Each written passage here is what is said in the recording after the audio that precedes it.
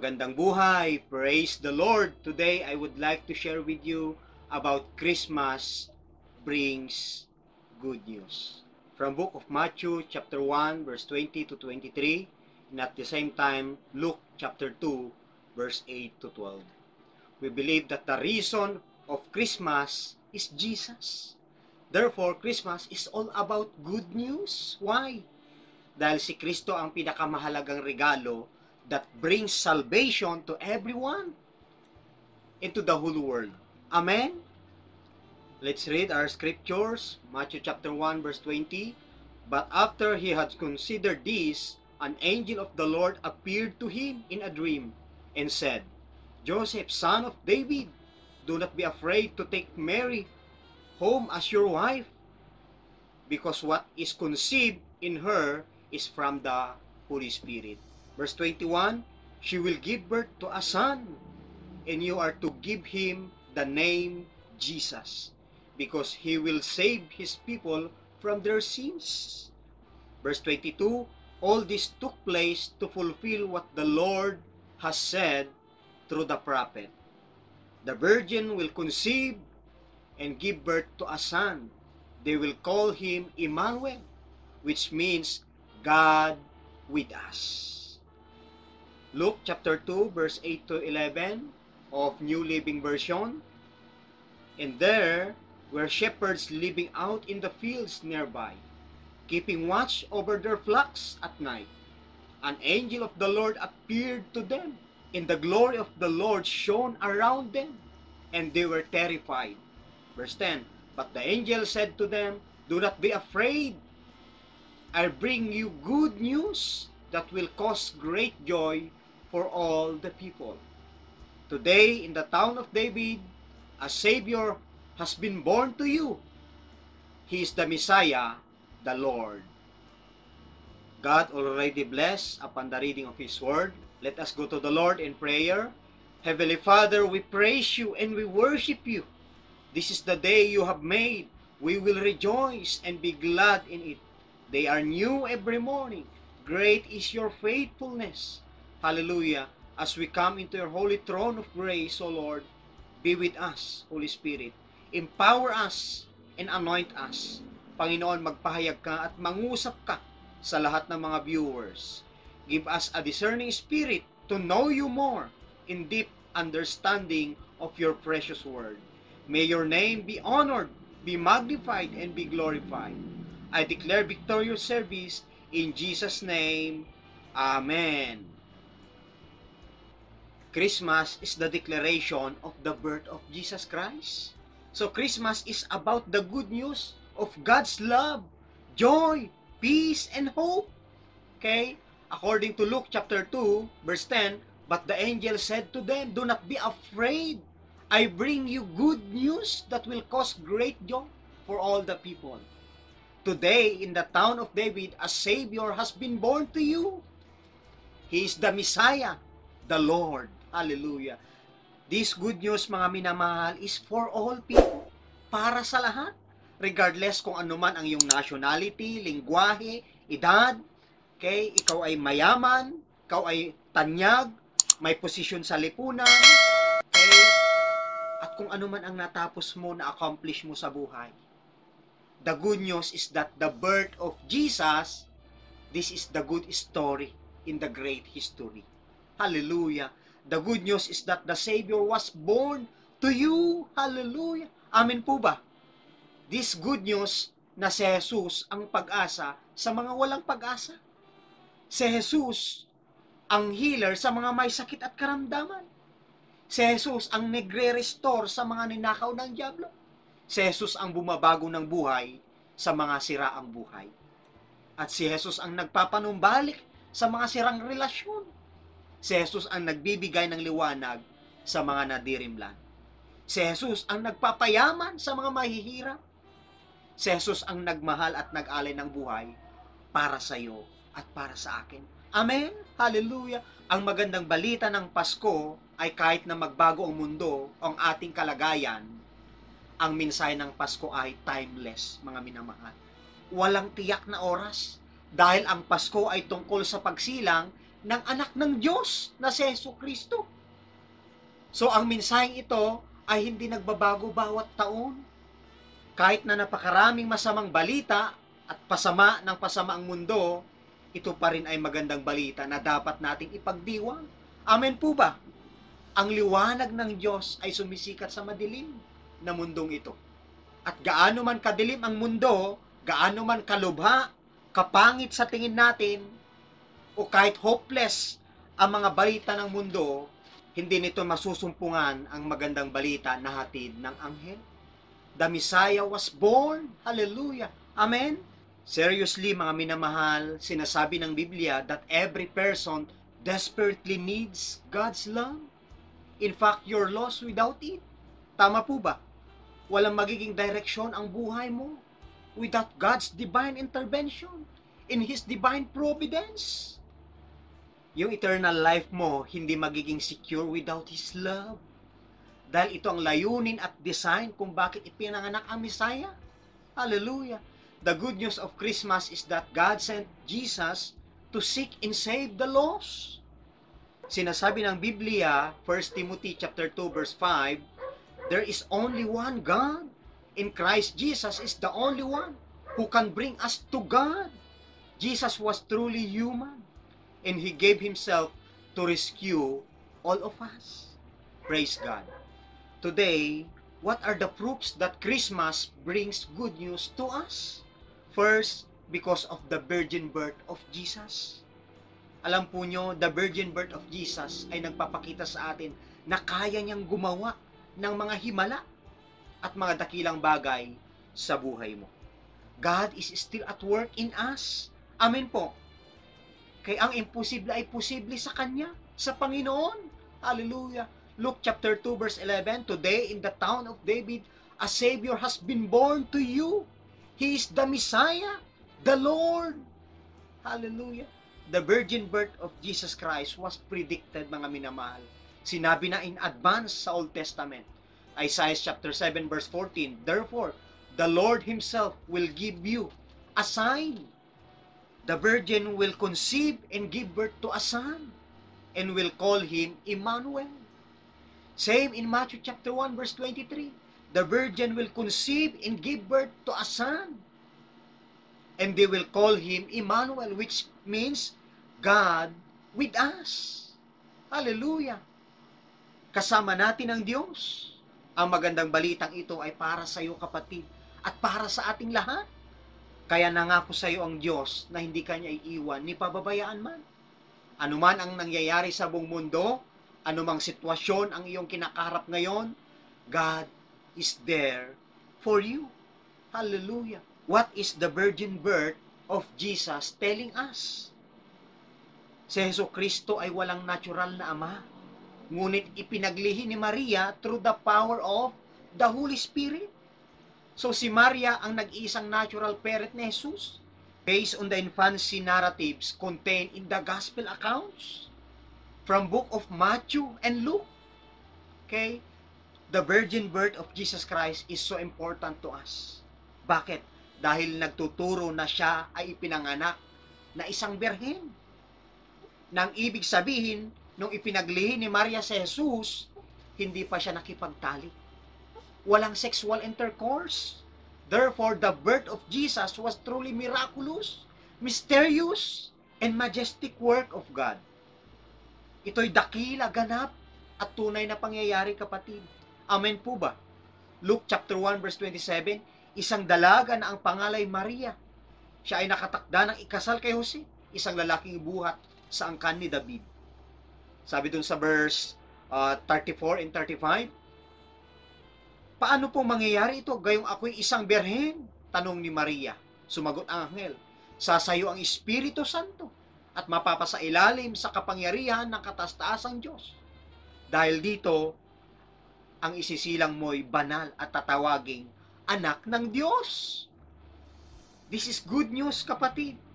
Naglaan ang Diyos na makapangyarihan sa lahat ng isang tagapagligtas, Messiah, dahil kailangan natin ng isang tagapagligtas.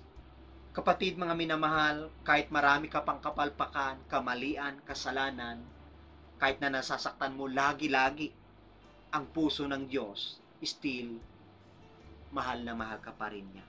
Hindi yan nagbabago. Amen po ba? Hallelujah. Praise God, because the birth of Jesus brings restoration and it brings salvation. Amen. Okay? Proof that Christmas brings good news to us. Secondly, because of the fulfillment of the prophecy. The fulfilled prophecy is proof of God. Pinatutunayan din nito na ang Diyos ay nagsalita sa pamamagitan ng kanyang mga propeta na nakatala sa Biblia for our benefits. Ang natupad na propesiya ay dapat na nagmo-motivate sa atin na tignan at encourage tayo na magpasalamat sa Diyos dahil siya ay pinanganak sa ating lahat. Tama po ba? Matthew chapter 1 verse 22, nangyari nga ang lahat ng ito upang matupad ang sinabi ng Panginoon sa pamamagitan ng propeta.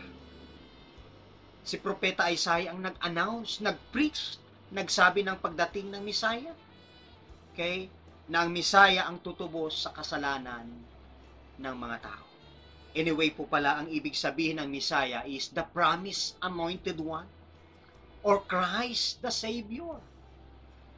The Lord Himself shall give you a sign, He declared. Behold, a virgin shall conceive and bear a son, and shall call his name Emmanuel. Isaiah chapter 7 verse 14. Isaiah chapter 9 verse 6 and 7.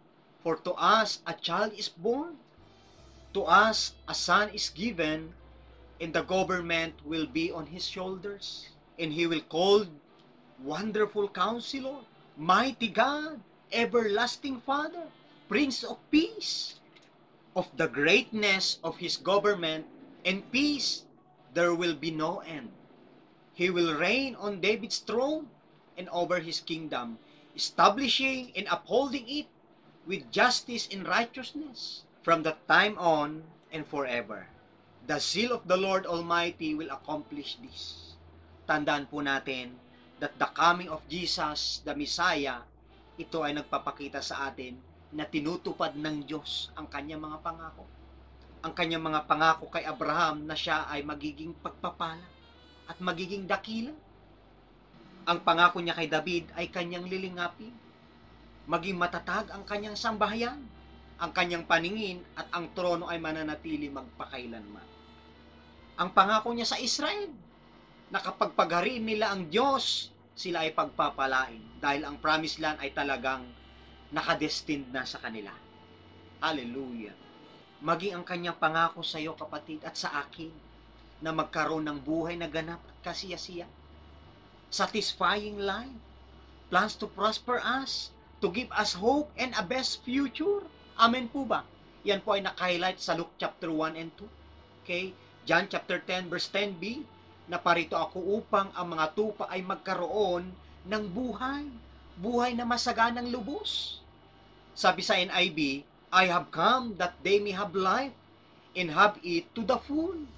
Sabi naman ng New Living Translation, my purpose is to give them a rich and satisfying life. Hallelujah. Praise the Lord. That is really good news, kapatid. God kept His past promises. He always fulfilled what He said. Sinabi niya na magpapadala siya ng isang tagapagligtas. At ipinadala niya si Jesus sa paraan na nakakaligalig. Hallelujah. At sa lalong madaling panahon, magkakaroon tayo ng tunay na kagalakan sa harap niya. Hallelujah. So the fulfillment of the prophecy, ang announcement ng anghel, ay naaayon sa mga hula sa Old Testament tungkol sa pagdating ng Messiah. This fulfillment of God's promises confirms His faithfulness. Okay? Hindi nagbabago ang pangako ng Panginoon. Pag sinabi niya, gagawin niya po yun, mga minamahal. Kaya nagpapatunay, nagpapakita ng katapatan, kadakilaan, at ng kalwalatian ng Diyos. Amen po. Kaya huwag mong pagdudahan, kapatid, ang salita ng Diyos, ang mga pangako niya. Panghawakan mo. Okay? Sandigan mo, kapatid. Trust in Jesus and commit your life to follow Him with all your heart. Tama po ba? Make a decision today, kapatid, to obey God and to serve Him upang matupad mo ang kanyang banal na layunin, upang ibahagi ang magandang balita na kanyang ipinadala. Yan ang misyon natin, kapatid. Yan ang layunin ng Diyos. Kaya niya tayo iniligtas. Proof that Christmas brings good news to us. Thirdly, because of the divine purpose. Verse 21, she will give birth to a son, and you are to give him the name Jesus, because he will save his people from their sins. Yun yung purpose eh. The divine purpose of the birth of Jesus is to save the sinners, to seek the lost, and to restore the broken relationship. This is the power of the good news, mga minamahal. Jesus came to set us free from the works of the devil. He came to reveal God, the Father. He is a perfect sacrifice to all of us. Amen? Hallelujah! Mahalagang maunawaan natin na hindi pinahintulutan ng Diyos ang mga hayop bilang paraan para pagbayaran ang mga kasalanan ng tao. Si Jesus ay naparito sa lupa upang ipangaral ang magandang balita, upang bigyan ang mga tao ng pangunawa sa kingdom of God at eternal hope na mayroon sa pamamagitan niya. So, ang main purpose or mission ni Jesus ayon sa ibinigay sa kanya ni Propeta Isaiah, kay sa Luke chapter 14, verse 18 to 19, sabi niya, ang Espiritu ng Panginoon ay sumasa akin, sapagkat hinirang niya ako upang ipangaral sa mga mahihirap ang magandang balita.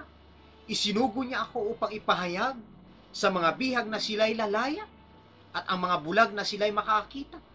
Isinugo ako upang palayain ang mga inaapi, at upang ipahayag ang panahon ng pagliligtas ng Panginoon. The Messiah came to fulfill our hopes and keep His promises. So the Lord came to defeat death and make us safe forevermore. Hallelujah! Dahil mahal tayo ng Diyos, His desire ay magkaroon ng buhay na walang hanggan. Kasama siya. Hallelujah! So ang kaligtasan mo, ang kaligtasan ko, ang pagpapalaya sa kaaway, pagpapalaya sa kahirapan at problema ng sangkatauhan, kapatid, at ang pagpapagaling ang talagang pinaka-concern ng Diyos. Hallelujah! Purihin ang Panginoon. Bilang pagwawakas, let us emulate Christ, the Anointed One, by truly representing God to the people. Let us share the Word and live by the Word and obey His Word. Tama po ba? The good news has come because Christ has come. Salvation has come because Christ has come. Tama po ba? So be a bearer of good news. How beautiful is the good news of Christmas. Good news given by the angel, testified to by John, heralded by a star, trusted to us to share and proclaim. It is an opportunity for us to share the good news. Kaya sabi ni Apostol Pablo, it is the power of God that brings salvation to everyone who believes. Romans chapter 1 verse 16. Kapatid, Christmas is about the gift called Jesus. And He gave us another gift called eternal life. Hallelujah. Sabi ng Romans chapter 6 verse 23, for the wages of sin is death, but the free gift of God is eternal life in Christ Jesus, our Lord. So dare to proclaim that God has not given up on this world, that this world was created good and is worth redeeming. Okay? That God loves this world so much and enough to give His only Son, that all who believes in Him, all who receive this good news, will not perish, but will have everlasting life. Hallelujah. Let's celebrate and rejoice, for Christ is born. Amen? Glory to God. Have a blessed, peaceful, and joyful advance Merry Christmas po sa inyong lahat. Sumainyo ang biyaya, kapayapaan, at kapangyarihan ng ating Panginoong Hesukristo. Let us go to the Lord in prayer. Heavenly Father, thank you so much for the birth of our Savior, Jesus Christ. Thank you for the Rhema word in your holy presence. We thank you for we have the wonderful Counselor, mighty God, everlasting Father, Prince of Peace, who will rule and reign over our lives. Hallelujah. Father, I pray, let your kingdom come in our lives, in our family, in our business, in our ministry, in our community, in the name of Jesus. I ask, Lord, to fulfill your promises to all our viewers in the name of Jesus. Give them a satisfying life, fruitful life, blessed life, abundant life, and delightful life.